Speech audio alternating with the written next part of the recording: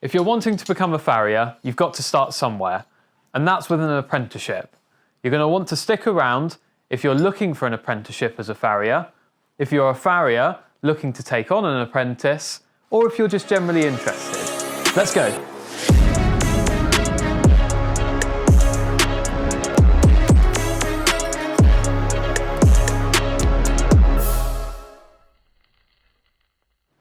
So forget this type of apprentice, or this kind of apprentice. Let me know in the comments if you understood either of these references. We've just had Apprenticeship Week over here in the UK. After years of only encouraging students to go to university instead of doing an apprenticeship, we're finally starting to realise that university isn't for everyone and that practical skills are just as important as academic skills. I know if I went to university instead of doing an apprenticeship, I'd have hated it. Here are the stages of being an apprentice farrier. The first step for anyone aspiring to become an apprentice farrier is to find an apprenticeship. Now this is surprisingly hard. I had 5 trials all over the UK, and they weren't just single-day trials. Typically they can last up to about a week. This is quite a big thing for a teenager, especially as, at the end of the week, the training farrier might decide that you're not a good fit and employ someone else. Thankfully, I ended up being accepted by a farrier local to home, which meant that I could stay living at home while I worked through my apprenticeship. Many apprentices do have to move away from home, which is an added stress on top of starting a new job and learning a new trade. Only when an apprenticeship has been secured can the apprentice apply to one of the 3 training colleges in the UK that offer the farrier apprenticeship course. This is usually the decision of the training farrier. However, if the apprentice has a preference, the training farrier might take that into consideration. This is the first stage for all apprentice farriers. If this is where you're at, you can check out the full list of approved training farriers on the Farriers Registration Council's website. I'll put a link to this in the description.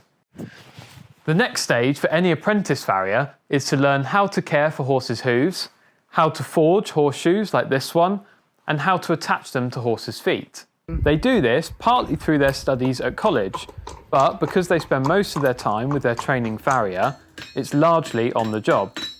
Gradually, they get taught more and more skills, always under the farrier's supervision, so that with a lot of practice, they become competent and confident to shoe horses by themselves. Other skills that often get overlooked are picked up through their work with the training farrier. These are things like running a business and building good relationships with customers. It's a real hard slog being an apprentice farrier, and not to mention, at times, quite unglamorous. But hard work and practice really does pay off. And we're all here because we do love working with horses. Apprentice farriers must also attend 6 weeks a year at college. This is usually in 2 blocks of 3 weeks. As an ATF myself, I often feel that 1 day a week, as opposed to 3-week stints at college, might be better from an educational point of view.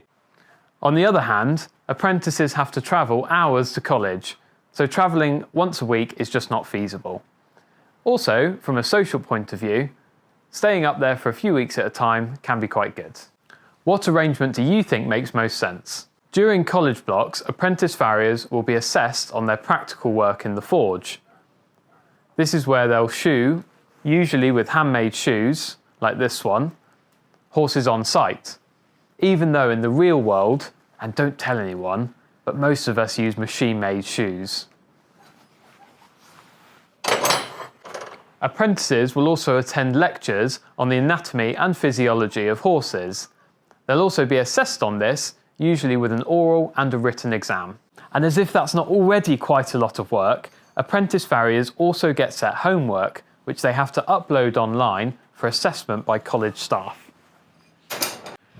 Okay, I get that this isn't making the apprenticeship sound too appealing, but they are making huge strides in their skill set and knowledge base. And the end is in sight. Before the apprentice can finally take off their metaphorical stabilisers, they have their finals.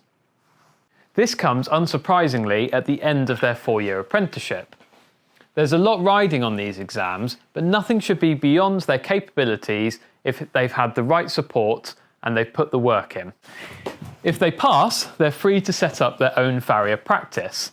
If they fail, they have to continue their apprenticeship for another 6 months before being able to resit. This might seem quite harsh, but in my opinion, it gives them plenty of time to identify any weaknesses and build on them before reassessment. After finishing my apprenticeship, I got to work with a range of different farriers, which gained me more experience in different ways of working. Then, after a few years, I decided to become a training farrier myself. I ended up with an apprentice sooner than I'd expected, but you've all met Louis. If you haven't, you can check out this video to find out all about him. He's due to be with me for 1 more year, fingers crossed. I've enjoyed sharing my knowledge with him and training him to be the best farrier he can be. Perhaps this video has made you think about pursuing a career in this ancient trade.